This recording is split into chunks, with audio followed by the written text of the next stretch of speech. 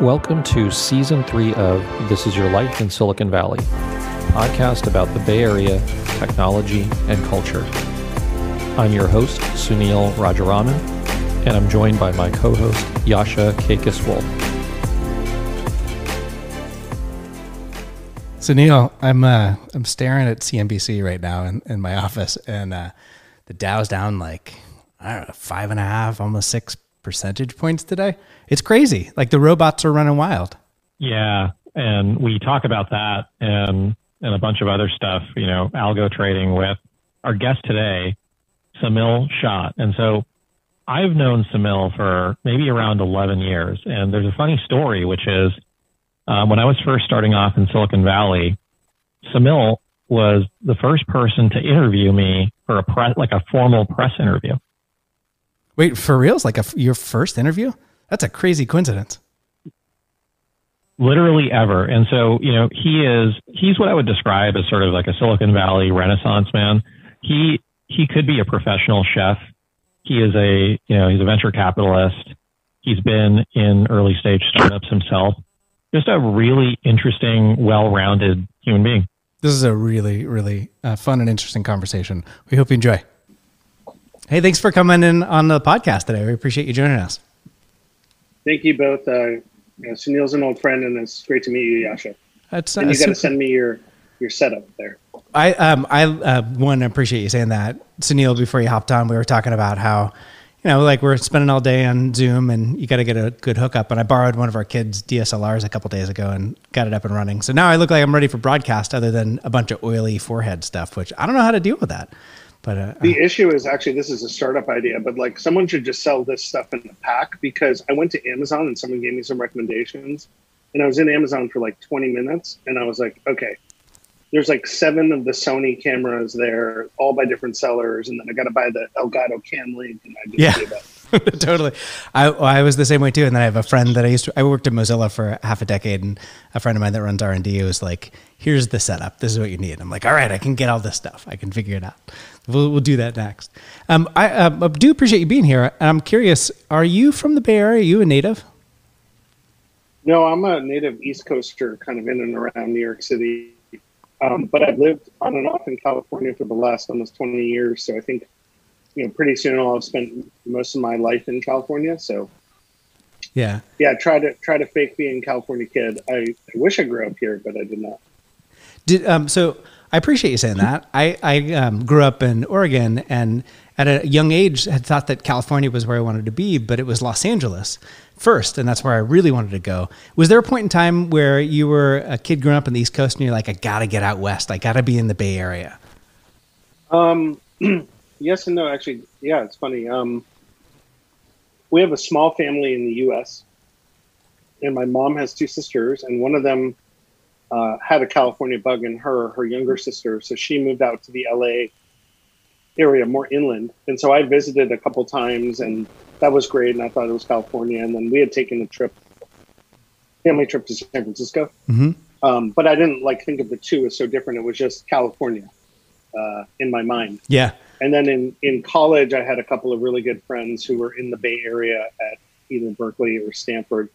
And I would visit. And I think I visited like the spring break of my senior year in college. And I was like, I got to get here at some point. Yeah. And so 2.5 years later, I finally made it there. What was the thing that you did to make yourself move out here? Like, was it accidental? You kind of like the area and you moved out here. You said, I got to go here because this is where the industry that I care about is, or I just liked it. I had a couple friends out here. I'd spent time out there. If I think back of it, it's crazy. I was living in downtown Manhattan, and I moved. I remember I took a JetBlue flight. JetBlue was just starting into Oakland, and I flew from JFK to Oakland with a one-way ticket with a bag. I still can remember the bag and the luggage tag. And I moved maybe a week before September 11th.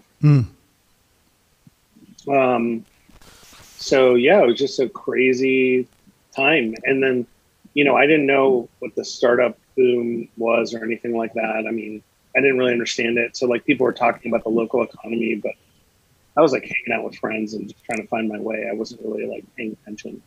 We're growing up on the East Coast, living on the East Coast. Does that mean that you were a stockbroker or something before you came out here?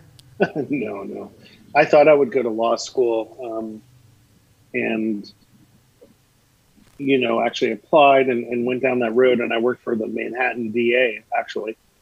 And then I was like moonlighting at restaurants and like bartending in New York City. And then I thought, I don't know, I just like broke up with a girlfriend and decided my lease was up in the summer, and then just time to move. This is a theme in the conversations that we have, and Sunil and I talk about this a lot. The breakup or the moving with a boyfriend or girlfriend ends up being a big driver for the Bay Area, and there's something to that. It wasn't like a cataclysmic breakup or anything. It was just more like I wasn't going to go to law school. I wasn't dating this person. Didn't have a career. So I just thought, hey, time to go. Semil, we've known each other for a long time. I think 11 years now, something like that. And the way I try to describe you to others is you're somewhat of a Renaissance man. I mean, you've done a lot of different things. Like you said, I mean, and you're cooking a lot more during the pandemic, it seems. What's the best thing that you've cooked? And then I got a bunch of other questions. Yeah. Well, I got into cooking because I was cooking in college to make money, and then I liked it. And then I cooked a little bit in New York, and then I tried to be a cook here after reading like Kitchen Confidential, but that was like a different story. But I think the thing that I've made, I've honestly haven't made anything elaborate. It's more like comfort food. So probably the best thing I did was food related, which is I finally cleaned my grill outside for like 2 days over the weekend, like bare knuckles, like into different parts of the grill. Pretty nasty, but it felt really good. So that's my contribution to cooking. And everything else has been on the grill or like more comfort food. I haven't had like the time and space to cook like something elaborate. Oh, I did roast the duck though, which was, I haven't done that in like, I don't know, a really long time. And I realized that like the duck is just super, it's like a huge gift. Like the duck legs, the duck fat, the duck broth from the bones, the actual duck itself. Like I'm a super fan. Like $15 goes a long way. That's no joke.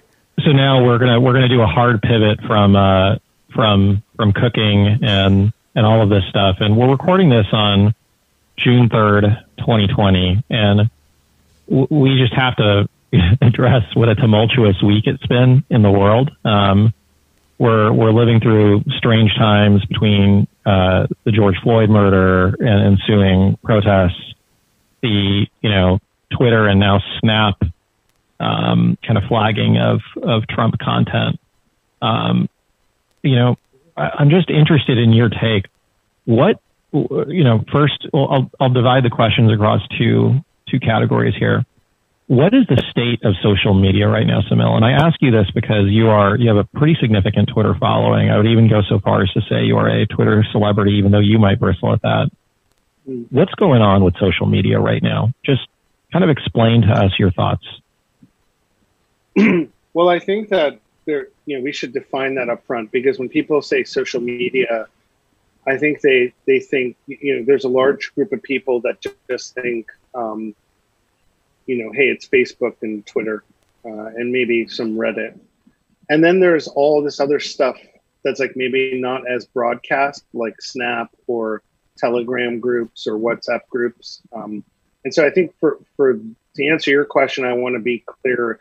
I'm talking about the broadcast networks where you can kind of capture, click, and publish, and distribute to a large audience. Fair. And I will further define the question to make it less open-ended as well. I thought you did a nice job there. So with the broadcast networks, do you think we are going to see mass regulation? Are we going to see mass regulation, or is this just going to continue as that I don't know. I think we should spend a couple of minutes and see where it goes. I mean, my thought process is that, if you look at a place like China, and Peter Thiel gave a pretty good interview on this, is like, people that run that country are pretty sharp, are not perfect. But I think that they look through pieces of like Russia opening and Germany reunifying and sort of saying that they wanted like some level of like a transition to more capitalist economy with like some more mobility and freedom of movement of their citizenry. But they didn't want to do it alongside having information just be disseminated out. And I think the rest of the world took a different view of like more open networks and all this stuff. And so I do think that kind of thing will be a debate, because in the last year, let's say 12 to 24 months, you started to see really what I call smart, thoughtful people saying, is social media net positive to society, or is it a net negative? Pre-pandemic, pre-George Floyd, is it drowning people into mental health problems and things like that? I'm not smart enough to know. I tend to take the view that it's like over the arc of history, it'll be a net positive, with definitely some collateral damage. But what I would just say is, like, with the cell phone to capture the George Floyd, horrific event, and the ability to broadcast and share it. Now the world saw it, and that had the added weight of the imagery, the moving imagery, the amount of time it took, the fact that you could sit there and watch it like unfold slowly. It was like a modern day lynching almost, right? And so it was different than somebody just getting shot. Not to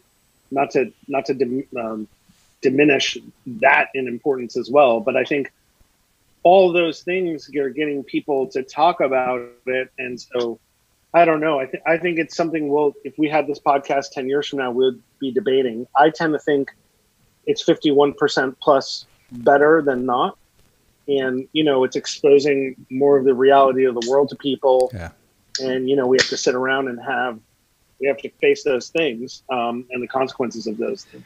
But so you're kind of on the margins though, at 51% or 50%. You're like, well, it could at go least. At least.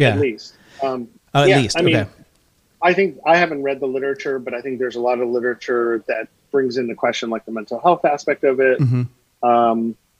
There's a lot of literature around like just education. Like there are a bunch of people in the country just like, going to an Arby's, checking in and playing some game on Facebook on their phone. And you can take two sides of the argument. Like, should they be reading or just like spending time with their loved ones, or should they be, are they finding joy in it? Who am I to say? I don't know. Yeah. The other thing I'll say is like with Twitter, my father asked me, who's on the East Coast, and he lives now in Connecticut. And Connecticut actually had 3,800 about a week ago, 3,800 deaths from COVID. And, New York City was a huge vector for that and spreading out into the tri-state area. And he asked me, and he was like, hey, how does the Bay Area have less than 500 COVID deaths? And Connecticut has, 3,800 and counting. And I said, hey, I don't really know, but I do feel very strongly that in the Bay Area, one of the reasons that we have a lower, I can't prove it, but I believe very strongly that one of the reasons we have a lower COVID death rate to date, and fingers crossed it doesn't go up in second and third waves, is that Balaji from Andreessen Horowitz it basically went to Twitter and started sharing stuff constantly in mid-January, late January, all through February. And a lot of my friends and I were talking about it, and we know Balaji. And, at first I was like, what is he doing? And then eventually, enough of my friends and I, we were talking about it, and I was like, okay, I see it coming now. And so, filter bubbles in the Bay Area. In place early. And I think, he deserves some kind of award. I mean, I really believe that. And I think it's Twitter that gave him that platform to do it, which is open, broadcast, short, viral. And, there I can make the net positive argument, right? So it's complicated. The filter bubble thing is real. And I think... So the way you lay that out, it makes sense, right? Like I said, in that kind of ecosystem, I suppose we all do. And so we did see kind of, I think, representations of what you just shared. There's the other side of that as well, which is the kind of the demonstratively negative aspects of filter bubbles, right? We've got these technology companies like Twitter and Facebook and Snapchat all kind of wading into it, either intentionally or unintentionally. like over the course of the last few days, we have seen some news where Snap's taken a specific stance on if they're going to promote Trump or president content. Twitter's done sort of the same, or at least they've been more conscientious about certain tweets and how they represent them. Let's talk about some of that. So let's talk about some of that. So a lot of this is just philosophical. So like people are going to disagree with this. And, it's good for debate. Let's just talk about Twitter. A political figure, an individual, should be able to have a Twitter account. An individual should be able to create some kind of bot or stitch it together and create a shadow account and move things around. But I think where Twitter went off the deep end is that like they were caught in this world of going public and trying to show user growth and engagement. And we don't know how many of these bots are real or not. And so they amplify messages. There's a guy named Clint Watt who sometimes comes on NBC Meet the Press.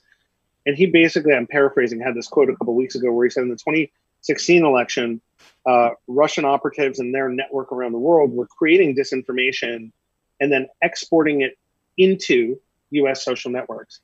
What they're doing in this election cycle is actually a lot of the disinformation is being created here on our soil. It's being exported in these networks, refined, and then re-imported back.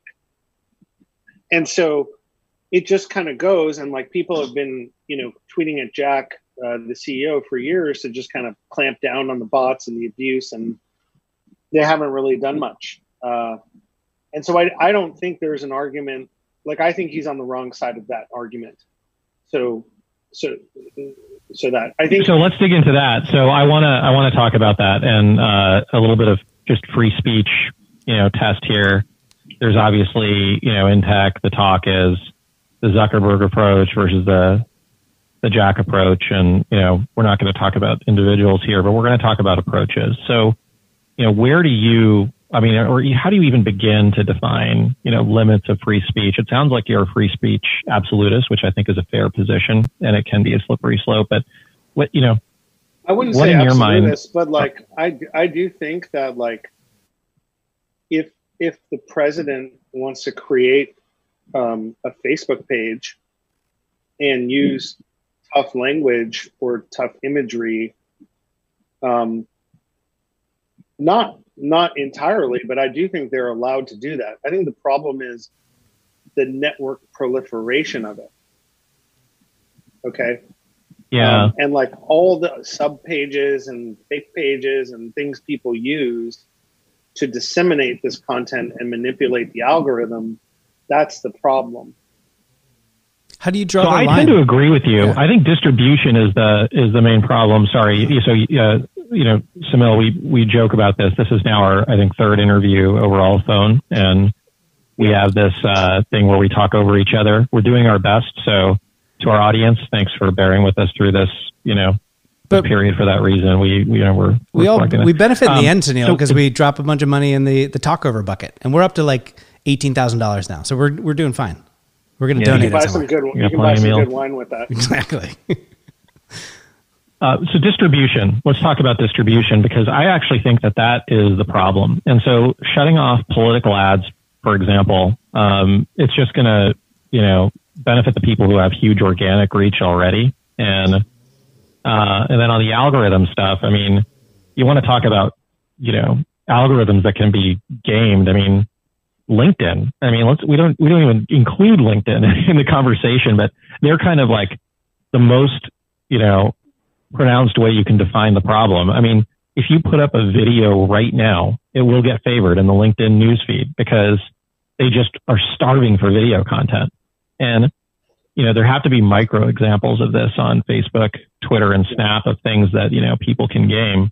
Distribution is the problem. Is that a controversial stance, Semil? And what's your reaction to that? I don't know the nuances of the argument to really go into the weeds, but I'm just taking a more, what's my own personal constitution? Can Mitch McConnell create a Twitter account? Sure. Can Mitch McConnell say, I disagree with this, I support Bill Barr and whatever he does. Sure. Can other people share that content if they want? Sure. Can armies of bots that are like collecting audiences who are like in affinity groups collect and amplify that around? I don't know.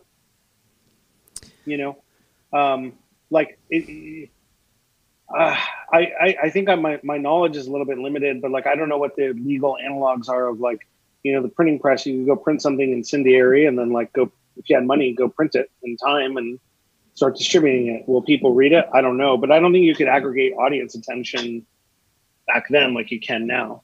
Not enough flyers you can print. Albert Wenger from Union Square Ventures, who's basically a very brilliant guy, has on his blog called Continuations. He had a very interesting proposal of like, enabling some light regulation or like, enabling the social distribution networks to be exempt from that 230 ruling that like Trump threatened in exchange for allowing for open APIs of people to like manage and like use their own data, which I thought was interesting, right? Because these are closed systems now, not open networks. Where do you lie on Section 230, the Communications Decency Act? Like, do you believe that these kind of sounds like maybe you believe that these networks are not publishers; they're just platforms? I don't know.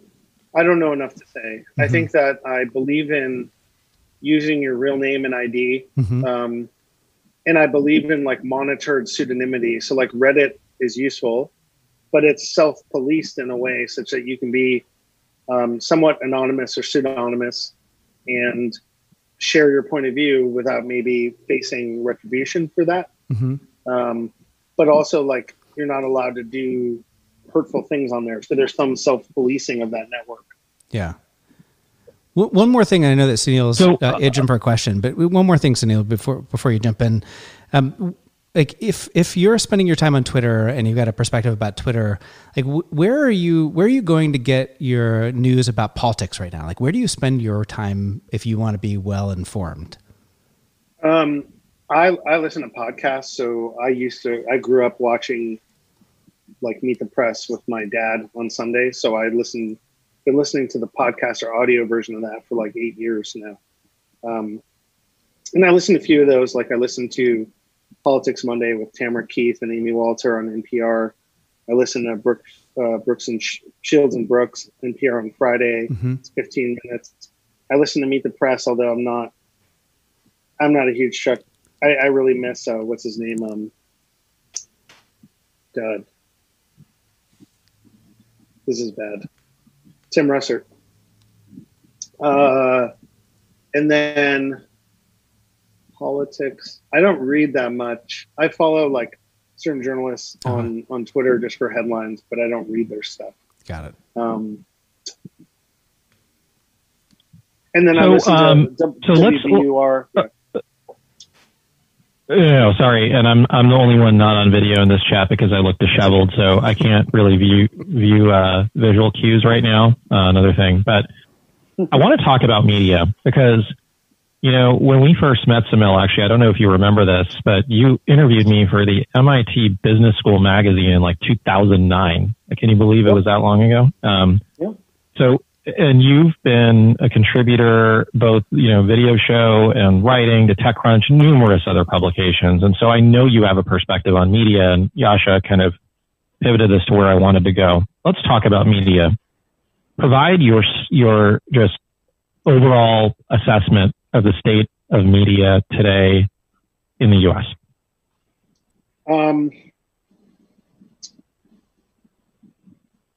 I'll give you my perspective in hopefully what is a compassionate call to arms to anyone who's in the media industry, which is having never been a professional journalist, but understanding how these things work. I would really encourage anyone who is a journalist or has ambition to be a journalist to either A, break off and find your own niche and build your own audience and use tools to capture that audience and engage with them. And very few will be able to do this. Or B, find another passion, because most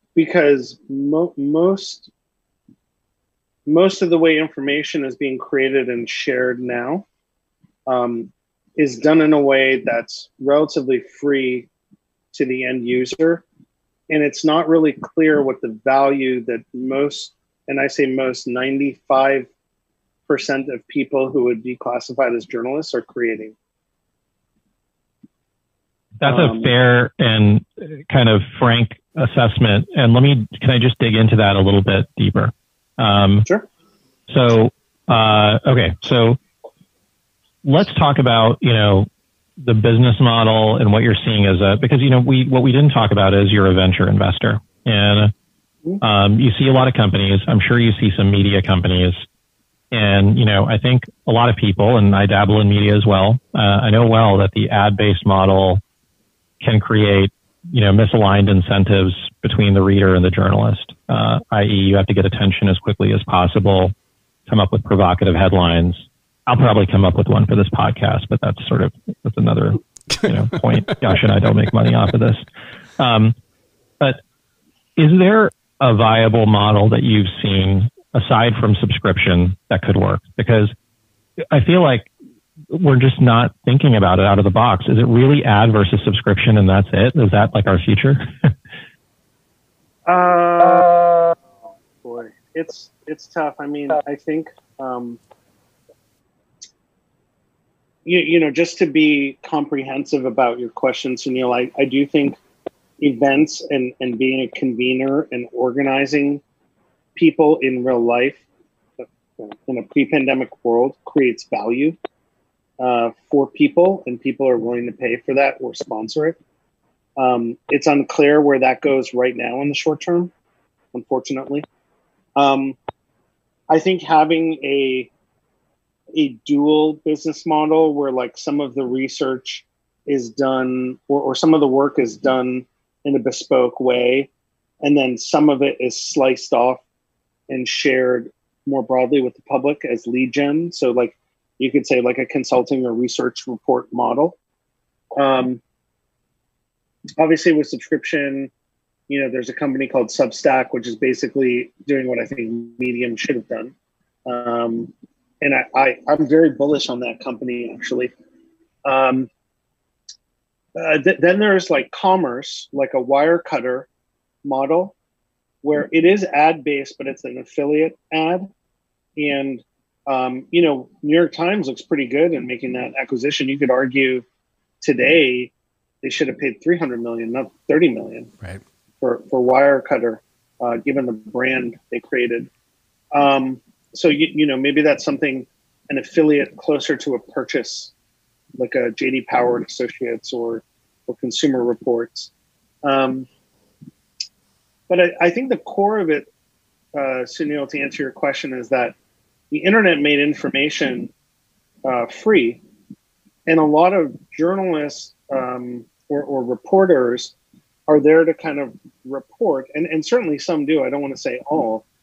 But most of them now, because the information is free, they have to give you their opinion. But no one really cares about their opinion. They want to see Mitch McConnell's tweet, not your interpretation of his tweet. Yeah. And so that's the issue. Is it like, so is that, isn't maybe another way to say that, like the opinion sharing is not journalism, and opinion sharing has taken too much mind share away from journalism? It's just people don't want it. Yeah. So I do think a lot of people go into journalism, and this is why I want to be sensitive about it, with like an altruistic intent. And I think their good hearts, it's well-intentioned. Yeah. But then once you're in the belly of the beast, and then you have to start generating a point of view on top of information and apply your judgment, but you really don't have enough context, even about what you're writing about, to have judgment or authority on the issue. So like one example I'll share is like, did either of you guys follow this guy, Don McNeil from the New York Times? I don't. No, I don't. Yeah. Well, during the COVID peak, especially in New York, like in March and April, he's been a reporter for the New York Times for about 20 years or plus, just covering infectious diseases and epidemics. And so he covered like SARS, H1N1. He's been all over Asia. And so when COVID-19 was coming around and he was explaining what they were doing in Wuhan and like parts of China to like fix this and what we can expect here, that guy was right on the money, you know? And like, when you listen to him, the authoritativeness in his voice and clarity in his thought was like just unbelievable, you know? And so there are just very few people like that, you know, and very few organizations that can support somebody like that over decades to do that work. And I would say like for any big brand or anything, they've got to create a farm system for these Don McNeils. Who's the Don McNeil of police brutality and police and civic engagement? Yeah. Who's the Don McNeil of sports in terms of how sports are going to, you know, resume? I don't know. Yeah. Well, corporate journalism isn't going to be that's not the feeder system. What's that? Corporate journalism isn't going to be the feeder system, right? No, but now I think that like if Don was fired from the New York Times, he could just open up a Substack and say, "Hey, I'm going to cover pandemics around the world. You can pay me $5 a month, and you know, I'm going to just fire this off and you'll get in your email." I mean, I think he would make $5 to $10 million a year. And so that gets into the unbundling of the value. It gets into the unbundling of the value. You know, like, you know, people I do think would be willing to pay for that kind of information where they don't get it anymore, right? Yeah. It's just it's not a lot of people are going to be able to monetize that. Yeah. So we're getting to close to the time that we have with you. I have one more question, then Yasha has a wrap up question, which we ask every guest. But my question's around the future. Just right now, at this very moment, we have a pandemic. We have, you know, Floyd. We have the stock market kind of going bonkers. It almost feels like a separate reality, and the divide between haves and have-nots kind of increasing. At least that's the perception.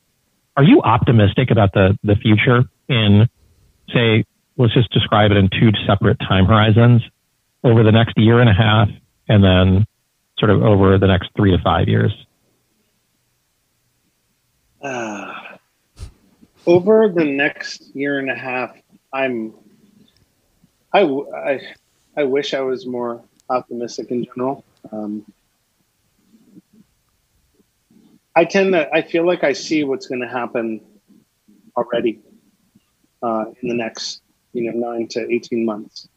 Paint that picture for us. I do think Trump has a very good chance of being reelected, or at minimum, like Republicans holding power, because they just are about winning.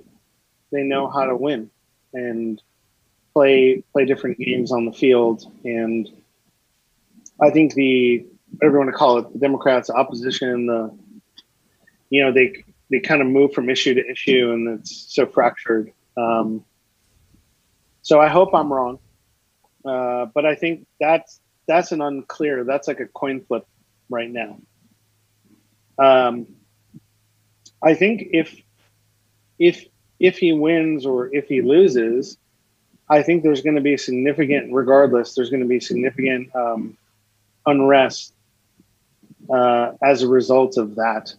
It could emanate in different places. And so I think when you take that, the likelihood of unrest is close to 100% to me. And when you take the fact that I don't know, let's say conservatively 20 million people who are unemployed, that's crazy. And there's not going to be more stimulus. Maybe there's one more, I don't know. So I feel like we're going to go through a couple more downturns. And the reality on the ground is divorce in the stock market, which is being, people are shifting things from old stock to Zoom and old stock to this, DocuSign. And a lot of computers are making those trades, not people. Over 3 to 5 years, I am a little more optimistic that hopefully people who are moderate and left of center will finally just say, I would like power and public health and like to actually pick some core issues for Black and Latinos and women and call it a day and like coalesce behind that, and then just be quiet about the other stuff till you actually win an election. And I would love anything more than to have Biden win or Biden plus whomever, but it just seems like they're not in it to win it. That's scary, and I don't disagree. It's terrifying. It doesn't feel like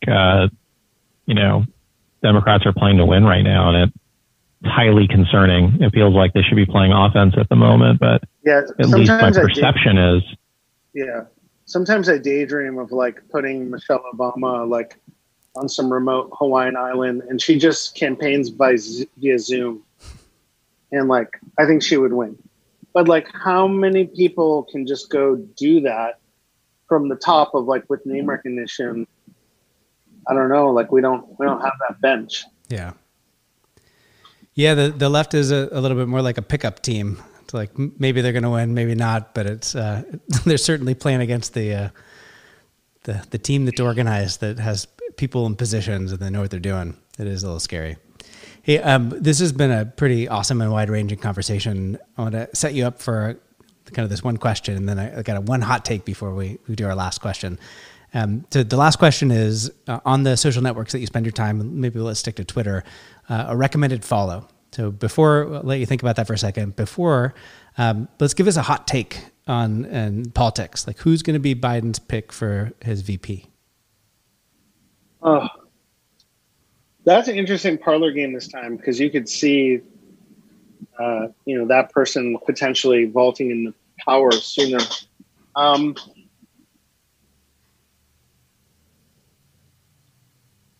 would like to see somebody, honestly, like an executive from the military who's had government experience, who's like an operator.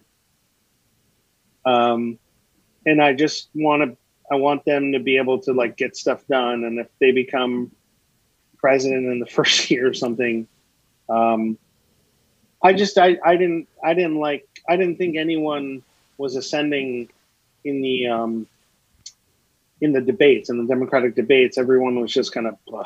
Yeah. No one had the hunger and the clarity of mind. I will give Andrew Yang credit. He at least had original ideas. Mm-hmm. And I like Mayor Pete a lot, but he just couldn't grab it, and I think was like a little too corporate in his speak. Yeah. So I'd like someone who, I don't know, maybe has been around the block and has seen some tough things and can kind of tell everyone like, here's the tough stuff we need to do, and like the other stuff is going to have to wait. I dig that. So somebody that wasn't a part of the primary process from the military. Oh, for sure. All right, I got you. Cool. All right, so the last question is, who is a recommended follow to the listeners of this podcast on Twitter? Yeah, I think in for your audience here is kind of Bay Area folks and kind of future of Bay Area.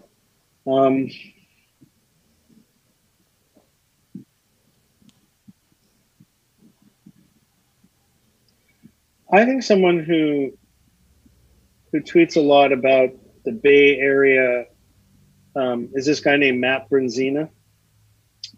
He works in tech, and I don't know him personally, but we have a lot of mutual friends and we've emailed before. I think his name is Brezina, Brezina. Mm-hmm. And I think he, at least from Twitter and from what I hear from friends, kind of embodies this idea of being very humble and solutions focused about fixing what's happening in his own backyard first before telling the rest of the world and country what to do. And so I admire that, because I think we have a lot of people who do the opposite. Awesome. We appreciate that. Thank you for joining us today. This was awesome. Thank you. Yeah. Thank you guys. And yeah, it was good to meet you, Yasha, and thanks for the opportunity, Sunil.